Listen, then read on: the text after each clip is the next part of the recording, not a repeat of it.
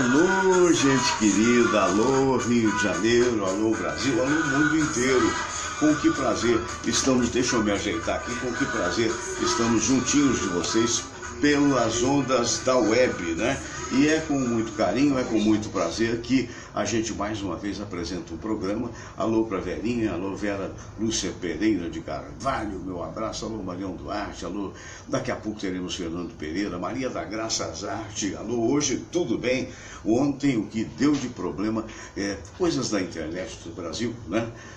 A gente não sabe exatamente dizer porquê, mas a gente teve que gravar o programa, aí já é uma complicação tremenda, porque com a ajuda do Facebook, quando fazemos ao vivo, né, o que acontece? Vai muito rapidamente, não só para as residências de um modo geral, do Brasil e do mundo inteiro, bem como na hora da gente fazer a mudança, né, do Facebook para, naturalmente, o YouTube. É muito mais fácil. Quando você grava, o arquivo é muito pesado, né? Então, para vocês terem uma ideia, programa de 1 hora, quando se faz um upload, né, para o YouTube, leva em torno dos 16 minutos, mais ou menos.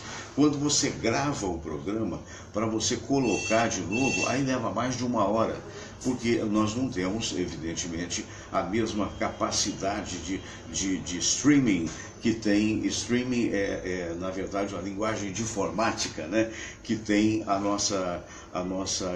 o nosso querido Facebook.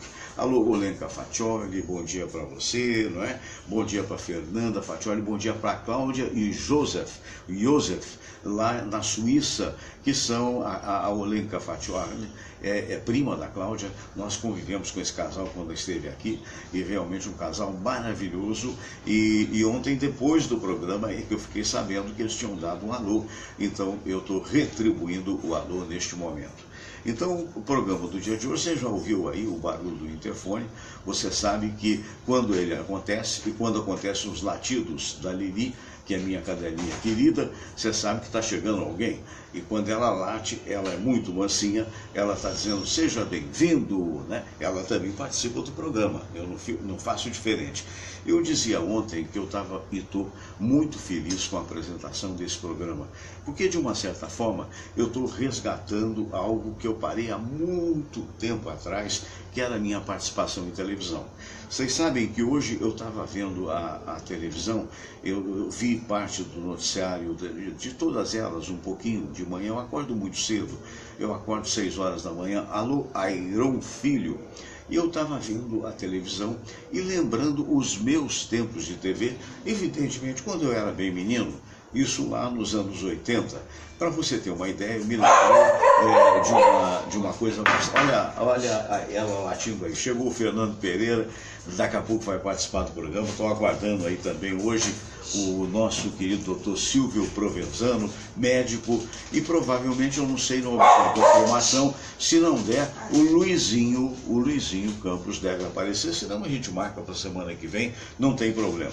O tempo no Rio de Janeiro tá daquele jeito, meio lá, meio cá, meio barro, meio tijolo, ou seja, tá chovendo no Rio de Janeiro, temperatura máxima de expectativa, segundo o Climatempo, é da ordem de 26 graus, e nós estamos agora aos 21 graus. O pessoal que está saindo do Rio para o feriadão vai encontrar nas praias tempo chuvoso até domingo. Portanto, o melhor é comer um fondue, né, do que propriamente pensar em mar. O mar está com uma ressaca de 3 metros de altura. Essa é a situação hoje.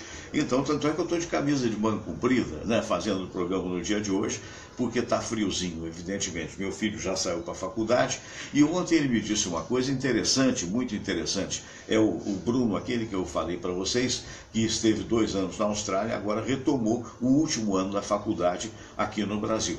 E então ele sai cedinho, né? E ele disse que quando voltava, como ontem eu não pude fazer ao vivo o programa como hoje está, então eu tive que fazer gravado. Então ele chegou da faculdade, eu tinha acabado de gravar o programa e acabado de conseguir colocar, me parece que no Face, não me lembro bem. E o fato, eu não me lembro bem a hora que ele chegou, mas ele falou, pai, você não sabe o que aconteceu. Eu estava no metrô e eu vi uma moça vendo e ouvindo o senhor. Então é aquela história, né? É impressionante, porque aí me veio na cabeça, olha só, hoje já de uma forma imediata o celular, fazendo as vezes que era do radinho portátil de antigamente. Mas voltando à televisão, então esse programa está me dando a chance de fazer um programa do jeito que eu gostaria realmente de fazer, não é? E o rádio, de uma certa forma, foi muito importante, tem sido muito importante. Muita gente pergunta: Fernando, você não vai voltar para o rádio? Você não vai voltar para a madrugada? Eu acho que madrugada não volto, não. Sinceramente, acho que não. Para o rádio, talvez um dia, mas eu não sei mais ficar sem a imagem. Essa é que é a verdade. Alô, Toninho Bondade, beijo no teu coração. Ele que é um dos maiores sonoplastas da Rádio Globo, ele atua com o nosso Antônio Carlos, né? Alô, Antônio, um abraço para você também. E o Fernando Pereira já chegou, o pessoal está se informando, Fernando Pereira já está aqui, já está informando, está tudo bem, que maravilha, né? E aí, voltando à história, o que representa para mim esse programa, representa a liberdade, representa a independência, de eu trazer para cá os meus amigos, de não ter mais diretor de rádio, né? Que, por sua vez, nem é por causa dele, de repente é pressionado pelo dono: olha, aquele ali não pode, por isso, por aquilo, não toca a música daquele. Não, quer dizer, tudo isso são limitações que você enfrenta quando você está numa grande organização, e eu diria que até de uma certa forma com alguma razão. Mas aqui não, aqui a conversa, aqui é um programa do Fernando Sérgio mesmo, feito da maneira que você sabe que está sendo feito, isso é que é importante, feito da minha casa para a sua casa. E eu queria logo na abertura dizer algumas coisinhas para vocês. Preste bastante atenção, para usar uma linguagem bem moderna, saca só. Olha só, são tantas as coisas que na hora que eu quero até mostrar para você, eu tenho até um certo receio de falar, mas é verdade. Aliás, a receio que eu digo é o seguinte: eu vou ferir um pouco os seus ouvidos ou os seus sentimentos, porque é muita lambança, né? Manteiga pediu 100 milhões para Dilma, diz Odebrecht. Delator: Temer esteve em reunião sobre 40 milhões de dólares, mas Temer nega, diz que não, em absoluto. Olha só, a parceria, segundo o delator, por parte do Renan Calheiros, viria desde muito tempo atrás. Meu Deus do céu, olha só, Alckmin negociou Caixa 2 pessoalmente, diz delator da Odebrecht. Dirceu pedia doações para a Zeca, diz também delator da Odebrecht. 2/3 dos citados na lista de Fachin são apurados por corrupção. É o chamado valha-me Deus, né? A gente chega à conclusão. Ontem eu não explicitei bem algo que eu falei aqui. É que eu vi um filme há muitos anos atrás, há 20, 30 anos, eu era muito mais ingênuo do que sou hoje, e eu continuo ingênuo. Então, quando eu vi aquele filme que as corporações dominavam o mundo, as corporações compravam os políticos, e o filme era norte-americano, eu pensei comigo: não, isso nunca vai ocorrer, graças a Deus que não. Eu ainda acreditava em heróis, né? Resultado da história, hoje a gente está vendo que não só isso já está acontecendo, como muito provavelmente a Odebrecht, ao longo de muitos anos, foi a verdadeira governadora deste país, não é mesmo? Porque esse cofre não terminava nunca. Tira 20 milhões daqui, 40 milhões daqui, 300 milhões daqui, meu Deus do céu, e as pessoas se vendendo, pessoas falando em liberdade, não importa se é PT, PSDB, PMDB, estão todos na muvuca, com raras exceções, se é que azar, porque essa altura do campeonato, minha Nossa Senhora, não é não? E a gente fica assim. Mas eu acho que no meio de toda essa lambança, a gente tem que procurar, pelo menos minimamente, ser otimista. Por quê? Porque a gente tem visto, alô, ministro Fachin, a gente tem visto que as instituições brasileiras estão funcionando sem a necessidade, né, de uma revolução, sem a necessidade de um golpe nas instituições. As instituições estão funcionando, inclusive permitindo que haja uma acusação pesando em cima do presidente da República. Então, isso é interessante por um lado. Se por outro, quando divulgado lá fora, nos envergonha tremendamente, Por outro lado, pode mostrar, como está mostrando, que as instituições brasileiras estão fortes, estão apurando a corrupção e, uma vez esses que foram denunciados pelos diversos funcionários, altos funcionários da Odebrecht, se esses cidadãos realmente tiverem culpa no cartório, terão de ser punidos. E o recado fica por conta do eleitor ingênuo que nem eu, né, que acreditei na promessa de fulano, de Beltrano, na fala fácil, né, porque às vezes você não precisa ser nem letrado, não, você não precisa falar corretamente, não, às vezes você precisa ter carisma. O ser humano, ele é muito carente, né, então quando ele encontra uma pessoa, né, falando do sentimento, falando da necessidade do trabalhador pegar as rédeas do país, isso me lembra até o Adhemar de Barros, que o papai dizia que roubava, mas fazia, né? Então é aquela história, as pessoas se apaixonam, as pessoas imaginam que deve ter um salvador da pátria, quando não deve haver salvador da pátria. Somos nós que devemos salvar a pátria como um todo, né? Usando o nosso poder de coletivo, usando o nosso poder de povo, na verdade. Então, basicamente, é isso que eu queria passar para vocês hoje. Alô para Denise Guzmán Silva, querida, beijo no teu coração, não é? Um abraço a todos vocês, e tem alguns abraços aqui que eu queria mandar, e eu vou puxar daqui, porque senão, sabe, o computador para nós é um grande apoio, né? Quando eu iniciei no rádio, e hoje eu volto, meu Deus do céu, Gemuel Oliveira, que bom, Gemuel, te vi aqui agora, e devo lhe dizer que, se Deus quiser, estaremos convidando você para a semana que vem, ou na próxima. Estou em falta contigo. Graças a Deus, está chegando aí o doutor Silvio Provenzano, e está sendo recebida pela nossa querida Lili, que você já ouviu aí. É a maneira de dizer: bom dia, doutor Silvio, seja bem-vindo. É isso mesmo. Então, eu ontem tive um convidado maravilhoso, maravilhoso. Eu quero dar um trechinho, pelo menos, porque ontem teve aquele probleminha que eu te falei, que a internet, de repente, ficou fora do ar, e acabei não botando a música dele. E logo depois vem a palavra amiga, e depois a sala de visitas, hoje, que está muito interessante. Eu vou trazer para vocês essa figura linda, linda, linda do meu amigo João Mossoró. E eu queria lembrar uma coisa aqui. Você vai ouvir esse disco, na verdade, esse CD, não é? O João Mossoró está de novo CD. E se você quiser comprar CD do João Mossoró, anota aí o telefone do celular dele. É 997822960. 997822960. Então, agora, da maneira despojada com que a gente sempre apresenta este programa, eu vou virar esta câmerazinha, né? E você vai ver aí o CD do nosso querido João Mossoró. Por enquanto eu não consegui virar a câmera, mas ela vai acontecer direitinho, tá vendo? Lá, atenção, falei, vamos nós, enquanto eu recebo as minhas visitas.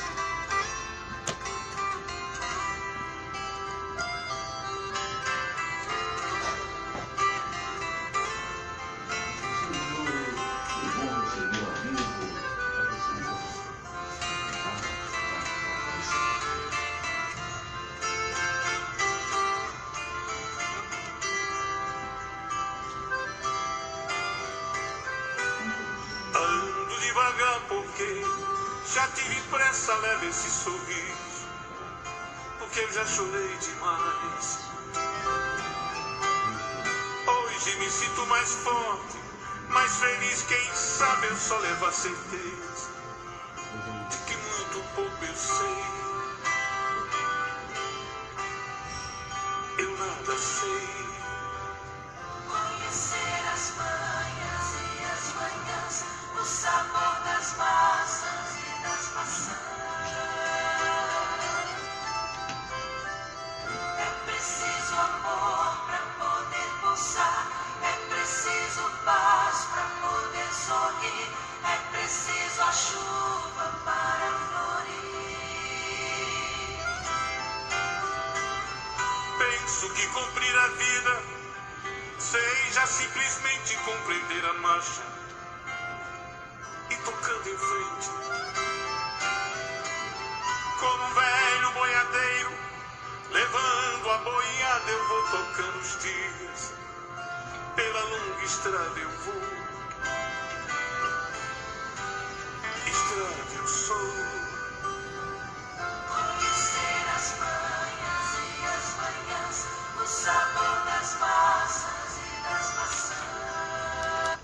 Pois é, então tivemos esse trechinho aí com o nosso querido e extraordinário amigo, né, que ontem deu um show aqui, o nosso Mossoró, né? E o João Mossoró. E o detalhe é o seguinte, ontem também nós tivemos, bom dia Samira, tudo bem? Ontem nós tivemos também aqui a presença de um cabeleireiro internacional, um esteta da melhor qualidade, o Pianta Henrique, vindo diretamente de Chicago, né? Onde trouxe uma série de informações novas para o pessoal de esteticismo, né? Mas, Samira, chegamos ao momento da palavra amiga, eu queria então que você mais uma vez se utilizasse do meu livro. Esse livro eu vou dar de presente hoje para o nosso querido doutor Silvio, já que o Fernando tem, né, Fernando? Esse livro foi o meu segundo livro, né? Já estamos no terceiro. Esse foi o livro Vida e Sucesso, baseado no quadro Palavra Amiga, que nós tínhamos no microfone da rádio, né? E que ele recolhe uns 40, 50 casos de ouvintes que pediram opiniões. São opiniões, não são conselhos, né? Na verdade, a opinião é uma coisa que, se você concordar, você vai e segue. Ô Samira, qual é a opinião do dia de hoje, minha amiga? Amar a Deus sobre todas as coisas. Por quê?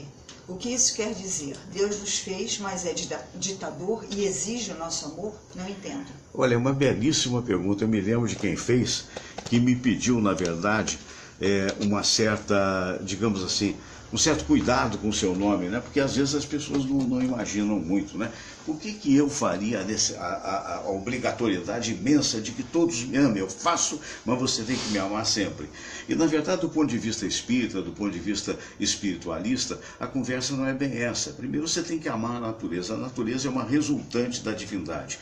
Quando perguntado no Livro dos Espíritos, quando Allan Kardec perguntou aos espíritos exatamente, né, o que é Deus, a resposta foi: Deus é a suprema inteligência, criadora de todas as coisas. Portanto, ele não localizou numa pessoa só, ele não localizou num poder só, ele disse é a suprema inteligência criadora de todas as coisas, não é? Ora, evidentemente que a pessoa que é lúcida, que é inteligente, ela é capaz de amar aquele que o criou, com certeza, né? Só uma pessoa insana vai ao contrário disto. Então, na verdade, quando foram atribuídas as tábuas da lei a Moisés, e lá estava amar a Deus sobre todas as coisas, ali representava um reflexo do ser humano da necessidade de amar não só a Deus sobre todas as coisas, como inteligência suprema, como criadora de todas as coisas, bem como a natureza de um modo geral. Então, o nosso próprio meio de vivência.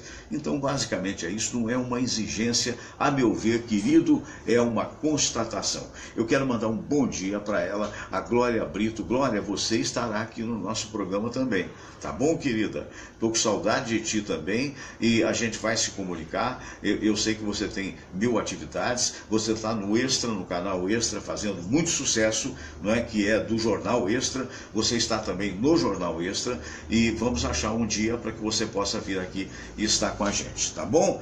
Muito bem, isto colocado, isto posto, na medida das minhas limitações, eu sempre encontro aqui, porque a resistência, agora sim, veio para cá, e nós vamos aqui à oração e depois vai começar, através do nosso programa, você vai ter a sala de visitas, Vamos à oração. Nosso Pai, que sois todo poder e bondade, dai a força àqueles que passam pela provação. Dai a luz àquele que procura a verdade. Põe no coração do homem a compaixão e a caridade. Deus, dai ao viajor a estrela guia, ao aflito a consolação, ao doente o repouso. Pai, dai ao culpado o arrependimento, ao espírito a verdade, à criança o guia, ao órfão o pai. Senhor, que vossa bondade se estenda sobre tudo que criastes. Piedade, Senhor, para aqueles que não vos conhecem. Esperança para aqueles que sofrem. Que a vossa bondade permita aos espíritos consoladores derramarem por toda parte a paz, a esperança e a fé. Deus, um raio, uma faísca do vosso amor pode iluminar a terra. Deixai-nos beber nas fontes dessa bondade fecunda e infinita, e todas as lágrimas secarão, todas as dores se acalmarão. Um só coração, um só pensamento subirá até vós, como um grito de reconhecimento e de amor. Como Moisés sobre a montanha, nós vos esperamos com os braços abertos, ó bondade, ó beleza, ó perfeição. E queremos de alguma forma alcançar a vossa misericórdia. Deus, dai-nos a força de ajudar o progresso a fim de subirmos até vós. Dai-nos a caridade pura, dai-nos a fé e a razão, dai-nos a simplicidade que fará de nossas almas o espelho onde há de se refletir a vossa santa imagem.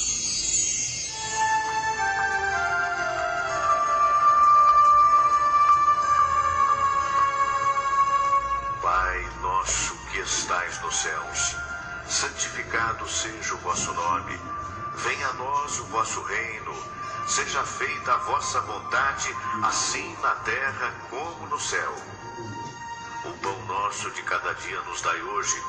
Perdoai, Senhor, as nossas ofensas, assim como nós perdoamos aqueles que nos ofenderam. E não nos deixeis cair em tentação, mas livrai-nos de todo mal. Porque teu é o poder, e tua é a glória, por todo sempre. Amém.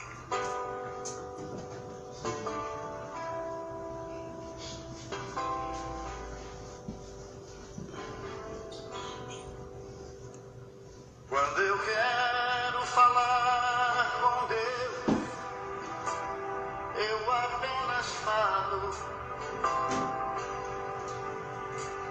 Quando eu quero falar com Deus, às vezes me calo e elevo o meu pensamento e pede o meu coração. Então, minha gente querida, tivemos aí realmente esse momento de fé, não é?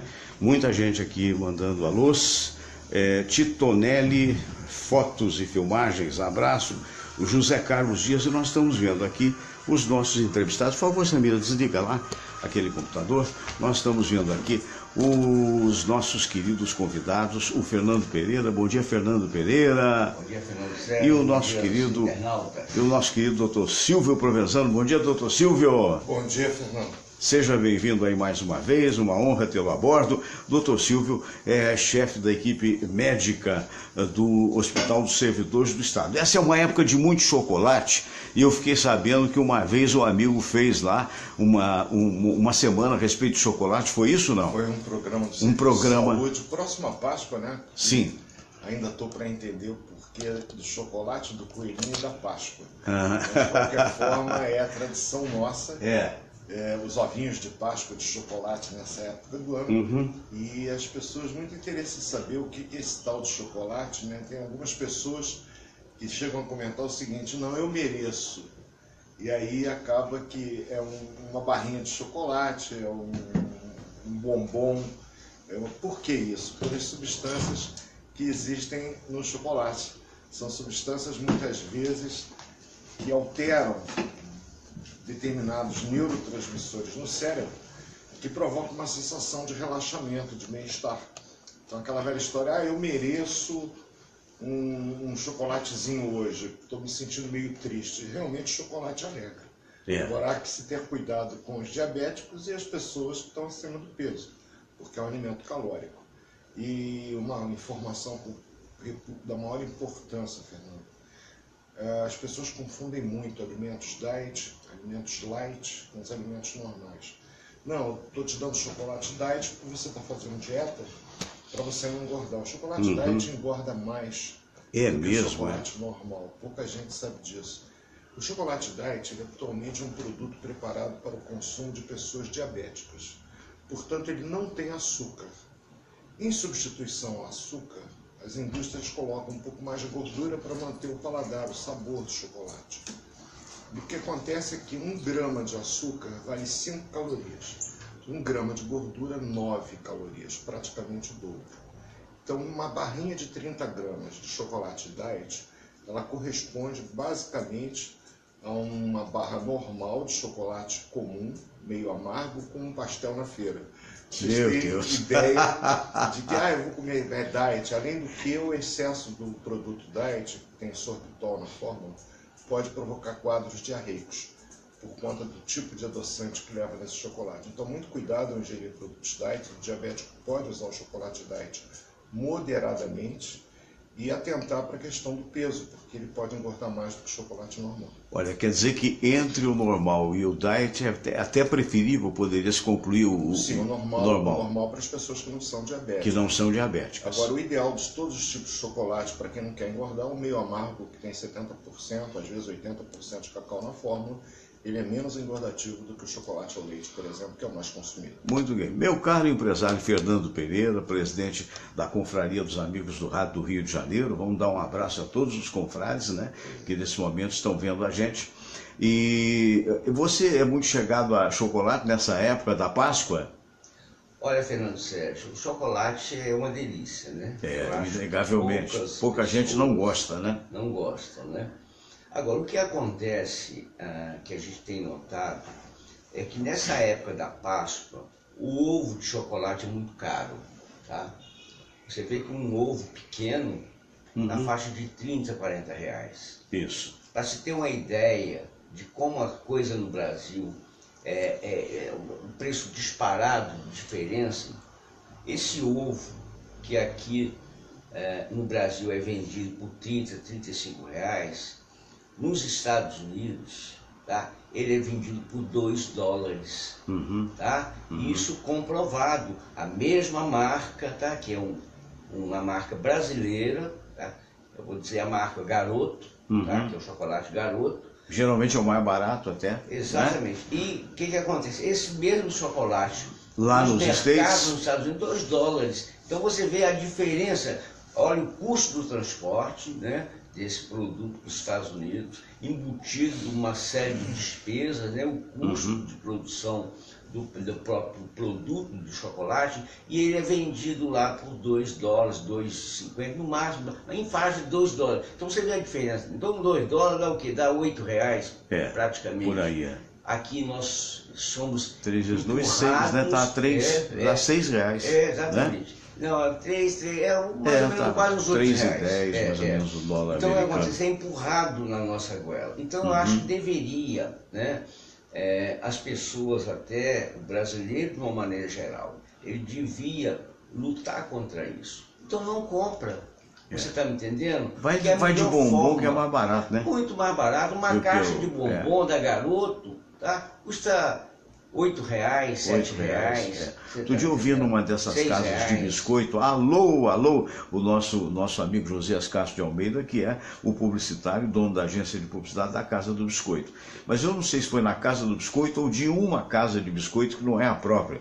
Eu vi um verdadeiro travesseiro o formato de um travesseiro de bombons, que eu até vou comprar, porque meu neto deve vir aqui, se Deus quiser, neste fim de semana, e estava por 20 reais. Ali deve ter uma quantidade de uns 30 bombons, no mínimo. Exato. Quer dizer, aí a pessoa vai comprar o ovo, porque ele tem a aparência do ovo. Aliás, doutor Silvio, por que o ovo tem a ver com a Páscoa e a Páscoa tem a ver com o coelho? Me diz, senhor. Eu tenho a minha explicação, que eu não sei se é a mais correta.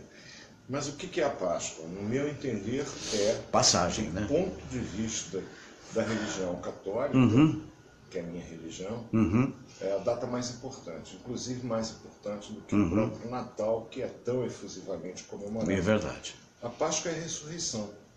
A Páscoa é o significado da continuidade da vida após a morte. Esse é o significado da ressurreição de Jesus no terceiro dia, que é o domingo de Páscoa. Então é a certeza de que a vida eterna continua. Agora, e o coelho? Pois é, o coelho é o animal reprodutor por excelência. Verdade. Aí já começamos a encontrar um caminho. O caminho que eu entendo é que o coelho ele representa a vida pela sua capacidade de reprodução imensa. E o ovo, a gente nasce do ovo, né? Tem até aquela piadinha. Nós somos um dia um ovo. É. Eu acho que juntando essas três pontas, né? A Páscoa como a certeza da vida eterna. O ovo, porque nós um dia fomos um ovo. Do ovo nós viemos. Isso. E o coelho pelo simbolismo. Capacidade de reprodução. O que eu não entendi ainda é o chocolate. E cá para nós tem que fazer um exercício para entender aí a conjugação desses três fatores. Samira Valente tem alguma pergunta para o Dr. Silva ou pelo nosso querido Fernando Pereira? Vou mudar de assunto. Hoje é uma quinta-feira chuvosa, né? É uma coisa rara no Rio de Janeiro. E como a maioria, ou pelo grande parte das grandes cidades no Rio, a chuva é um desastre para o trânsito, para a vida em geral, né? Será que a gente, para ter um trânsito melhor, a gente tem que ser condenado no Rio de Janeiro a um calor esturricante? São duas coisas curiosas mesmo. O Rio, quando cai a temperatura em torno de 21 graus, não é mesmo, Fernando? Quando acontece isso, a gente fica achando que está frio. Mas, na verdade, para o pessoal que mora em Juiz de Fora, onde eu fui criado, isso não é nada, que a temperatura lá chega a 8 graus na época do inverno. Lá mesmo além Paraíba é frio na época do inverno, não tão frio quanto o Juiz de Fora, né? Exatamente. E aí, esse calor atrapalha mais ou você prefere o tempo assim? Olha, Fernando Sérgio, nós estamos no outono, né? Saímos agora em março do verão, estamos no outono. E, por exemplo, hoje no Rio de Janeiro, ontem também, esses dias o clima aqui está chovendo, tá? Enfim, não é uma coisa normal esse tipo de chuva nessa época. Mas, em compensação, traz um resultado positivo essa chuva, porque ela não está muito forte. Porque, essas épocas, em Petrópolis houve a inundação, o rio Quitandinha transbordou essa noite e teve muito problema, que foi muito forte a chuva, coisa que não está ocorrendo no Rio. Então o que acontece? Ela está uma chuva, né, fraca, mas constante, e isso traz um problema muito sério, tá? Principalmente nessa época que é a Semana Santa, que as pessoas viajam. As pessoas têm que tomar um cuidado muito grande nas estradas, né? Pistas escorregadias, pistas molhadas. Então, contribui decisivamente para o índice de acidentes e mortes, né? Que é o pior. Acidentes, mortes e ferimentos graves, né? Essa chuva. Então, que as pessoas têm que ter um cuidado muito grande, principalmente nas estradas, a hora que for sair para fazer a sua viagem, tranquilo, obedecendo, né, as leis do trânsito, obedecendo as placas de sinalização, que isso é importante, né, Fernando? E é isso aí. Só uma retificação com relação ao ovo de Páscoa, tá? Aquela diferença, tem que considerar que o Brasil também, um país, é o campeão mundial de impostos. Então, isso é terrível. Isso é terrível. E que não voltam para a gente. Violentamente em cima de todos os produtos brasileiros. Doutor Silvio, IPI. IPI. Doutor Silvio Provenzano, o tempo, essa mudança brusca, saímos de uma temperatura de ordem de 30 graus, caiu para 21 graus. O que é melhor em termos, por exemplo, das pessoas que são alérgicas, das pessoas que têm problemas respiratórios? O calor, ou o frio, ou a temperatura mediana? A temperatura mediana sempre é melhor, né? E a gente daqui a pouco vai começar a vacinação contra a gripe, né? Exatamente prevendo que com a diminuição da temperatura, os quadros virais eles se tornam mais frequentes. Até porque há uma tendência natural das pessoas em se aglomerarem quando faz muito frio. Então, a ida, por exemplo, às shoppings, assim, se bem que com essa crise estão, infelizmente, cada vez mais esvaziados. Se entrar hoje em dia, pelo menos aqui no Rio de Janeiro, no shopping, que antigamente você tinha uma dificuldade imensa, esperava 1 hora para conseguir uma vaga, poder estacionar, hoje você escolhe a vaga que você quer parar. Então há esse problema da crise. E o Brasil precisa, a partir desse momento, nós estamos numa semana importantíssima, haja vista a liberação por parte do Supremo Tribunal Federal da chamada lista. A famosa lista de acusações do debate. Onde pessoas absolutamente conhecidas do meio político, pessoas com tradição, eu diria com uma genética na política, foram denunciadas. Evidentemente que isso não é, e é bom que as pessoas entendam, uma prova cabal de que o crime tinha sido cometido, mas é algo que precisa ser apurado.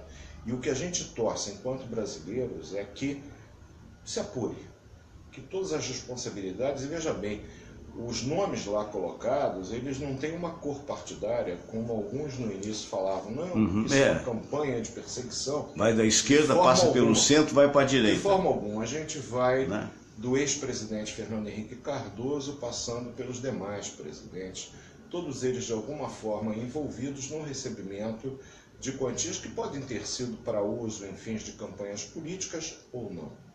Então isso é algo que a gente, enquanto brasileiros, temos o direito de ver apurado. E, acima de tudo, nós temos a obrigação de exigir isso. É fundamental que fique muito claro que isso não acabe numa grande pizza ser servida a nós brasileiros, que, infelizmente, vamos a cada dia sofrendo, eu diria que o holocausto de gestões absolutamente perniciosas. Desastrosas, né? Em todos os sentidos, Fernando, em todos os sentidos. A gente vê o caos que é a educação, professores com salários absolutamente aviltantes, sem nenhuma motivação para trabalhar e muitas vezes com risco de morte. Mesmo médicos, né? A área da saúde é a segunda que eu diria em importância, porque as filas são imensas.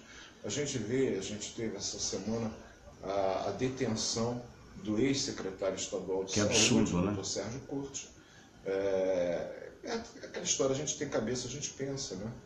Ele foi diretor do INTO, Instituto Nacional de Traumatologia, ganhou notoriedade graças a um programa de grande audiência na televisão, como eu diria que copiando o modelo Fernando Collor de Mello.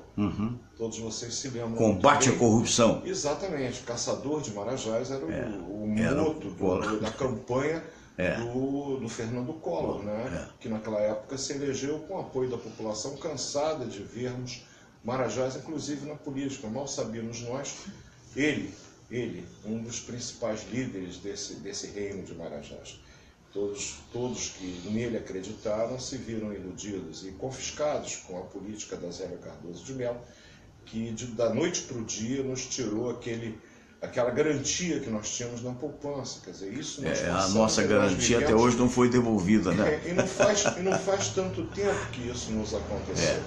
E agora a gente vê, por exemplo, que também num programa de grande audiência ele combate e o que se vê é a história da Oscar Skin, uma empresa imensa, uma empresa com tradição no mercado médico, de fornecimento de materiais médicos hospitalares, e que tudo era arrumado, né? Quer dizer, aquelas licitações para cumprir o regimento legal, elas na verdade eram acordadas e jantares, quiçá aqueles de Paris, com direito a guardanapo na cabeça. Então nós nos sentimos, eu enquanto brasileiro, eu enquanto carioca, tanto quanto você, que vive nesta cidade, a gente vê assim, meu Deus, isso explica porque, de repente, uma fila para uma colocação de uma prótese de joelho no INTO, eu tenho paciente meu, eu não estou falando nada, já há 4 anos espera para a cirurgia Meu Deus. É esse caos que a gente lamenta, é isso que a gente fica entristecido e muitas vezes envergonhado. Eu tenho parentes na Itália, a gente troca comunicação com frequência, e o que eles questionam é por que nós, brasileiros, somos um povo tão cordato, que aceitamos com tanta tranquilidade tantos absurdos. Tanta corrupção. E eu não tenho nenhuma explicação para dar. É verdade. A Samira Valente, Samira, eu vou perguntar a você, você foi jornalista do Sistema Globo durante 18 anos, é isso? Sim. 18 anos, né? Fazia a editoria nacional. Depois você foi editora internacional da JB, na época da AM, né? E hoje trabalha em correlação com a Vitrina Comunicação, com a nossa Márcia Sanches e a Érica Francisca, quem manda um abraço. Aliás, queria mandar um abraço também para a Nia, que é a irmã da Olenka Fatioli. Diz ela, a Olenka disse aqui, a minha irmã está trazendo a chuva. Não faça isso. Na verdade, são mudanças climáticas, mas um abraço para a Nia que está nos ouvindo. Mas você, então, tem uma vasta experiência jornalística, formada pela Federal Fluminense aqui, aliás, do Rio de Janeiro, né, ali na Urca, há muitos anos. Nós nos conhecemos há exatos 39 anos atrás no Sistema Globo de Rádio. E a gente não tem notícia de uma corrupção a esse nível, né? Mas, ao mesmo tempo, daí a pergunta que eu faço a você, a gente também não tinha notícia de uma apuração da corrupção, que pode ser, de repente, o lado de esperança, né, para alguma coisa que possa mudar no país, ou estou errado? A esse nível não, né? Então, fica a esperança de que, como dessa vez muita gente graúda está sendo levada, né, nessa inclusive presos, né? Sérgio Cabral preso, o Cunha, Eduardo Cunha preso, vários já estão então sob prisão. Fica a esperança de que realmente haja uma apuração séria e que isso não termine numa grande pizza. Agora, é tudo muito lento, eu acho que ainda é tudo. A justiça no Brasil é muito lenta, né? E a justiça não é à toa que existe aquela venda nos olhos, né? Então eu estou esperando, estou sentada, não tenho grandes esperanças, eu acho que está melhor do que era muito tempo atrás. Pelo menos se descobriu tanta coisa. Mas eu vou esperar, né, para ver o que vai dar isso. Eu falei no meu comentário hoje, o Fernando Pereira, o seguinte, que eu tinha visto um filme norte-americano há uns 30 anos, e eu, na baixeza da minha ingenuidade, né, eu falei, não, graças a Deus que não é assim. O filme mostrava corporações dominando o mundo. E eu cheguei a uma alusão dizendo, parece que a Odebrecht, na verdade, é quem mandava no país. Tanto é que o nome do Brasil, a sugestão, né, é que passe a se chamar Brasil, né? Tem um bate-papo que eu estava aqui com a Samira, né? Ela sugeriu, eu falei, realmente o Brasil deveria mudar o nome, né, para Odebrecht, mas felizmente as nossas instituições, né, por mais estão resistindo, estão, né, contribuindo, estão levando a cabo essa sujeirada toda que o país está passando, né?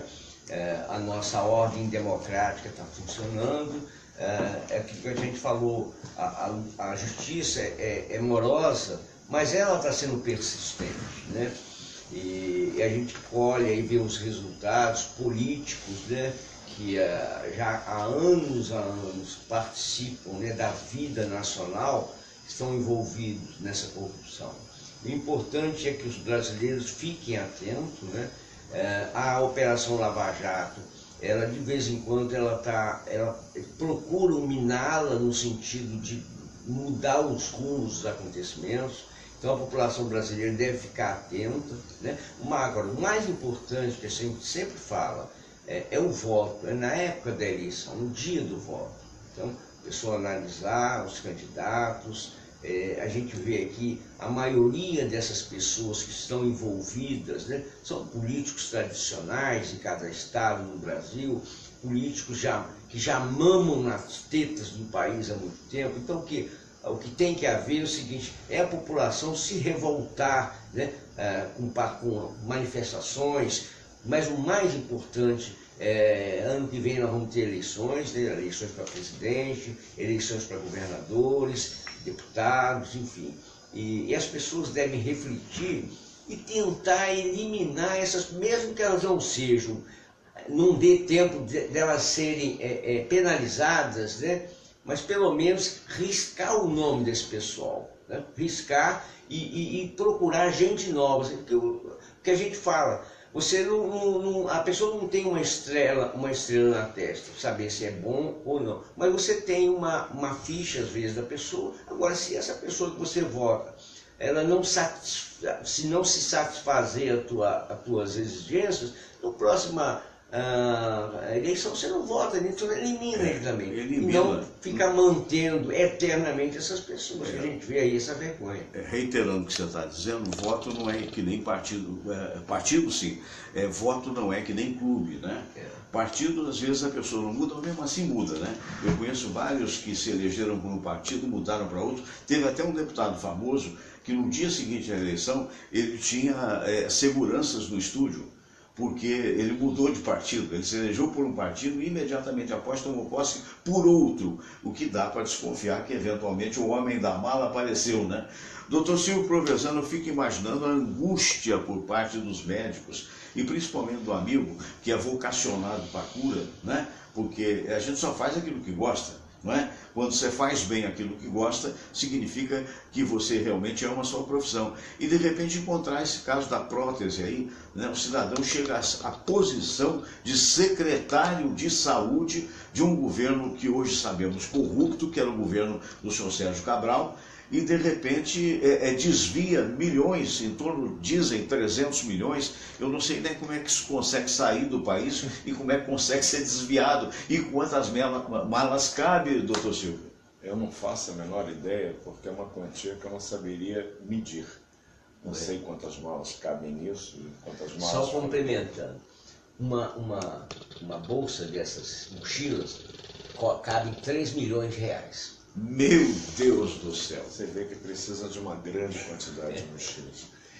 Mas o que tem que ver é que você falou que ele foi secretário estadual de saúde, e você se esqueceu que ele só não foi ministro de saúde da senhora Dilma Rousseff, porque o senhor Sérgio Cabral se antecipou a ela e anunciou como futuro ministro da saúde, o que deixou a senhora Dilma, digamos, meio que aborrecida, e resolveu dar um castigo no Sérgio Cabral, e deixou o nome do nosso ex-secretário Sérgio Cortes de fora da lista.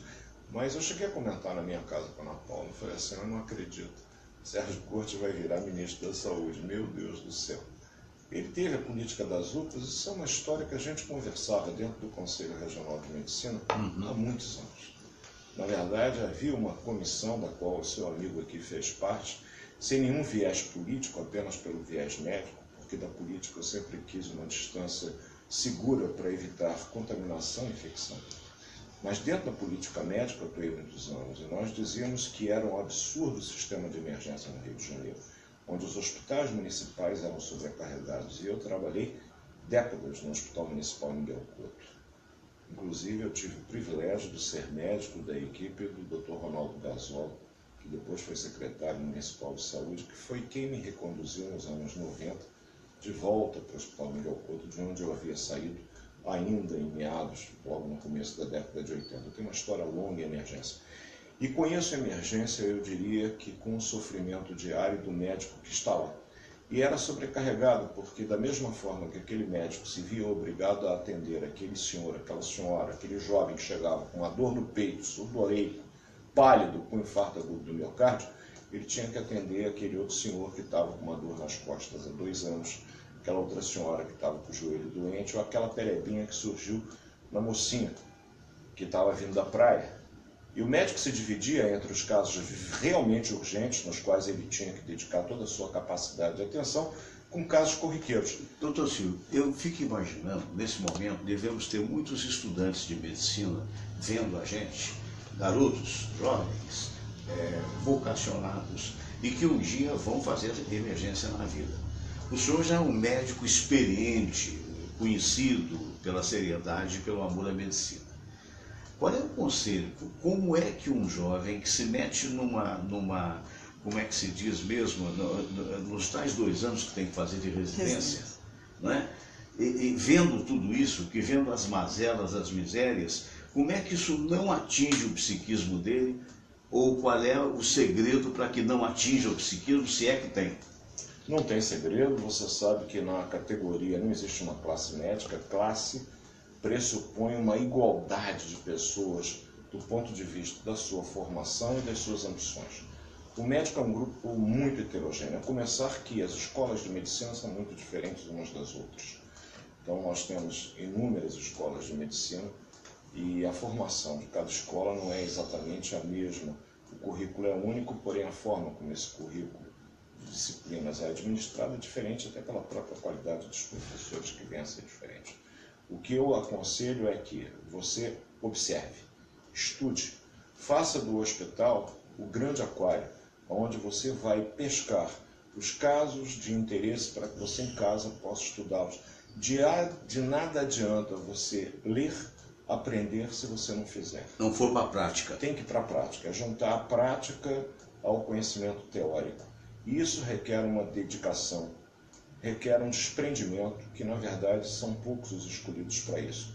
Mais do que uma vocação, uma missão. Esse é o conselho que eu dou. Estude sempre. Eu me obrigo a estudar diariamente Até porque o meu convívio com os residentes de clínica médica no Hospital dos Servidores é diário. E são jovens que estão chegando lá, aos quais a gente tem que passar exemplo, mas acima de tudo a gente tem que trocar conhecimentos. Ninguém ensina ninguém, a gente troca conhecimentos. Para isso é necessário que você se mantenha absolutamente atualizado, lendo os grandes periódicos, as grandes medicinas de cada especialidade, as revistas da sociedade, participando dos congressos, dos simpósios, para que você se mantenha ao par do que está sendo desenvolvido, não é aqui no Brasil, porque infelizmente os recursos que esse governo que está aí e os que os antecederam são parcos, são escassos. O médico que faz pesquisa no Brasil, ele é acima de tudo um herói. Ele é acima de tudo, eu diria que um doido varrido, porque ele não tem recurso nenhum para fazer aquilo que ele faz, e não é nem em termos de competição com comunidades internacionais, é de fazer pelo nosso povo. Me lembro que uma vez estávamos discutindo a respeito de uma pesquisa que havia sido feita na Universidade de Winnipeg, no Canadá, sobre a questão do ciúme no relacionamento humano. Nesse debate que eu participei, estava ao meu lado o então vice-governador Luiz Fernando Pezão, que ficou impressionado, eu diria que como o ciúme é importante na manutenção das relações humanas, uma vez que você é casado com Samira, morre de ciúmes da Samira, senão você não ama ela. Eu discordei nesse dia e eu disse que o que me causava espécie, e eu diria que eu deveria sair daí direto para procurar um ortopedista, evidentemente que não o ex-secretário de saúde, mas o meu colega Nelson Oca, o Marcelo Hertal, lá de Servidores, né? Porque eu estava com uma dor de cotovelo danada. Por que a minha dor de cotovelo? Porque o pesquisador canadense, ele recebe recursos do governo dele para fazer uma pesquisa sobre o que o ciúme interfere favoravelmente ou negativamente no relacionamento humano. E eu aqui com uma epidemia de dengue sem recursos para desenvolver uma vacina. Então essa é a questão. Esses são os governantes que nós colocamos no Palácio da Guanabara e, quiçá, até no Planalto Central. Com certeza. A culpa é de todos nós. E o Fernando lembrou muito bem, muito bem, muito bem. Nós temos ano que vem uma missão. Cada um de nós. Todos nós somos responsáveis por aquilo que a gente faz. E colocar o voto, que é um ato obrigatório, e na minha opinião não deveria ser. Eu acho que o voto é um direito. Eu acho que o voto é um direito, não uma obrigação, um direito que todo cidadão de bem deve exercer por amor à pátria. É verdade. E antes de você escolher um determinado representante, analise bem o passado, porque nós somos o reflexo de todos os atos cometidos no passado. Esperar que alguém se santifique, tendo sido capeta no passado, é esperar de repente que o Papai Noel entre na sua casa para trazer o prêmio da Mega Sena no final do ano. É verdade. Pelo amor de Deus. Então analise o que aquele indivíduo ao longo da sua vida fez. Analise qual é o currículo daquele indivíduo, qual é a bagagem que ele tem para poder fazer a gestão de alguma coisa ou para poder te representar em termos de ideias. Se você vota num deputado, você está votando em alguém que pense parecido com você, para que na Assembleia ou na Câmara possa, de repente, trazer projetos que venham de encontro ao teu pensamento. Se você escolhe um prefeito, um governador ou o presidente da República, você tem que ver qual é a bagagem de gestão que aquele indivíduo tem para poder gerir. O pessoal diz, mas no Ministério da Saúde você tem um engenheiro. Não é um problema. Quem é o executivo, ele tem que ter conhecimento de gestão. Ele tem que ter um passado onde, enquanto gestor, ele tenha tido sucesso à frente da empreitada dele. É isso que o povo brasileiro devia aprender. E antes que alguém pergunte, não sou filiado a nenhum partido, graças a Deus. Não sou candidato a nada. O Fernando, concordo inteiramente com essa história do voto facultativo. Acho que você também pensa dessa maneira. E eu gostaria que você reiterasse e acrescentasse alguma coisa a essa fala tão importante do nosso querido Dr. Silvio Provenzano. Realmente, Fernando Sérgio, que a gente já falou aqui anteriormente em outros programas, o problema do Brasil é um problema de gestão. Tá? O Dr. Silvio falou, né, dos recursos, que não tem recursos lá, só que a coisa é mal gerida no país, não só no governo federal, no estadual e no municipal também, porque dinheiro existe. Nós somos um país, o brasileiro paga, que tem a maior carga tributária, só que é problema de gestão, e gestão inclui uma série de coisas, principalmente essa corrupção, esse desvio de dinheiro. Né? Com relação a esse detalhe das eleições, eu acho que o Brasil tem muito partido político. Aqui deveria ter no máximo 4 partidos. Os Estados Unidos são 2 partidos e a maior potência mundial. Né? Por que nós vamos ter 30 partidos, quase 40 partidos? Por quê? Porque isso aí é um defeito da nossa legislação eleitoral. porque é recursos que entram para esses partidos. Então a gente vê esse problema de voto também, né? A pessoa às vezes tem uma legenda, se elege um deputado federal, por exemplo, de um partido pequeno, né? Eles com 6 mil votos ele consegue se eleger, ao passo que um outro candidato, dependendo do partido, às vezes com 70 mil não se consegue. Então você vê, está tudo errado, tem que mudar isso tudo. E o país tem que passar a limpo, senão nós vamos continuar nessas mazelas infinitamente. Eu quero agradecer ao Fernando Pereira. O doutor Silvio tem um acréscimo, por favor? Tem. Em termos de partidos políticos, eu entendo que o excesso de partidos que nós temos no nosso país é indevido ao toma lá da cá. É verdade. Ou seja, eu fundo um partido político que não tem rigorosamente nenhuma ideologia. Eu tenho partidos que foram formados de forma corrida, copiando muitas vezes programas de outros partidos, sem mudar sequer uma vírgula, ou seja, cópia de algo que já existia, suprimindo um item. A gente tem, no máximo, dentro da política, a capacidade para termos 6 partidos políticos. Um partido republicano, um partido democrático, um partido de extrema-direita, um partido de extrema-esquerda e, quiçá, um partido trabalhista. Tirando isso, está de bom tamanho. O resto é apenas para vender minutos em troca de cargos esses que hoje todos nós estamos carecas de saber, eu literalmente careca de saber. E eu estou a caminho. Que servem, Fernando, para que essas pessoas recebam de empresas que não são idôneas. Eu acho que a Odebrecht, que era uma empresa que todos nós brasileiros admirávamos, né? Hoje temos por ela um verdadeiro horror, porque muitas das coisas que ela fez, ela só o fez, e a desculpa dos empresários, dos donos da empresa, dos diretores, é que se não for assim no Brasil nada se faz. Ou seja, se não for com propina, se não for com corrupção, o Brasil fica atolado. E pensar que a nossa linha de saneamento ainda foi Dom João VI que fez. Triste isso. Triste isso. Mas desejar a todos uma feliz Páscoa. Muito obrigado. Mais importante do que o vinho de Páscoa, meu amigo, é o carinho que você pode dar à sua esposa, seus filhos no dia de domingo, verdade. Dia de fé. Doutor Silvio, muito obrigado pela sua presença. Hoje uma feliz Páscoa. Fernando Pereira, muito obrigado também. Eu queria mais uma vez mostrar o livro 50 anos de comunicação. O livro 50 anos de comunicação, ele na verdade está à venda na livraria Saraiva. Basta você dar uma chegadinha na Saraiva. Na Saraiva, acredito que nas lojas já está esgotado, mas você encontra através do site saraiva.com.br. Aí você digita Fernando Sérgio, autor, ou então você digita 50 anos de comunicação. E você sabe, aqui tem a minha história, quando eu fiz 50 anos de comunicação. Eu estarei fazendo no dia 2 de junho deste ano, se não me falha a memória, se as contas estiverem certas, 55 anos de comunicação ininterruptas. Nem o momento que me pararam no rádio eu deixei de fazer comunicação, que é a minha vocação maior. E esse livro, além de fotos, tem fotos da época do rádio, algumas fotos muito interessantes que você vai ter a oportunidade de ver. Tem também aqui alguns poemas que eu fiz, porque pouca gente sabe a questão de alguns anos atrás. Eu era escritor de peças teatrais, né, e consegui 2 prêmios como autor de peça teatral, um deles assinado pelo nosso querido e saudoso e meu querido amigo pessoal, Dr. Itamar Augusto Cautiero Franco, que a respeito da vida dele não consta nenhuma probabilidade de roubo que eu tenha sabido.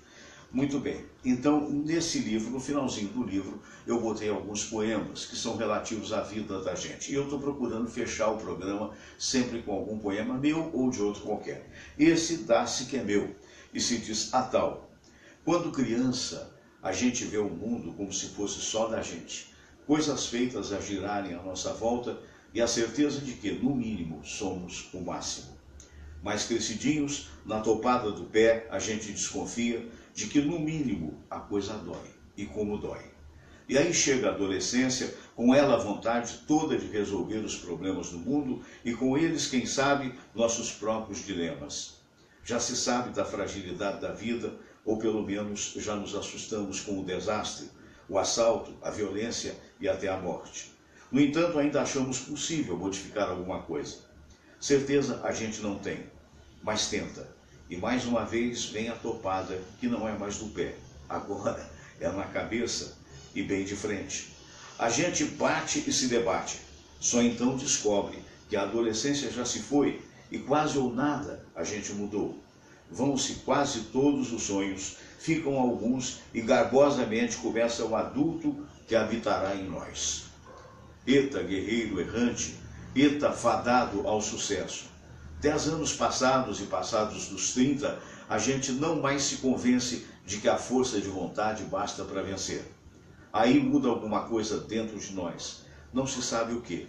Alguns dizem que chegou ela, a idade da razão, outros que a velhice está chegando. O que importa agora é viver e deixar viver. Somente em último caso, quando não tiver mais jeito, lutar pela mais digna das lutas.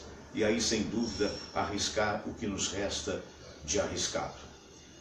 Porque, afinal, em avançada idade, passados os trejeitos e vaidades da juventude, só nos resta de precioso a chamada dignidade. Um grande abraço a todos vocês, muito obrigado. O nosso programa está com milhares de seguidores, aos 90 e tantos mil seguidores que estão sendo apontados pelo YouTube, na soma de todos os programas, portanto não é um programa isolado. O nosso muito obrigado aos milhares de seguidores também do Face. E se você puder, compartilhe esse programa. Se não for por mim, que seja pelos nossos entrevistados, porque o objetivo desse programa é, na realidade, trazer um pouquinho mais de informação, de cultura, de comunicação. Podendo no Face, compartilha. Indo no YouTube, youtube.com, você vai lá no meu canal, você vai digitar Fernando Sérgio e inscreva-se. Não custa nada, absolutamente nada. E ao inscrever-se, você será sempre avisado no momento que a gente tiver um programa novo no ar. Muito obrigado, um grande abraço, uma feliz Páscoa para toda a família e, se Deus quiser, amanhã, sexta-feira santa, como se diz, a gente estará aqui de volta às 8 horas da manhã. Abraço grande, beijo no seu coração.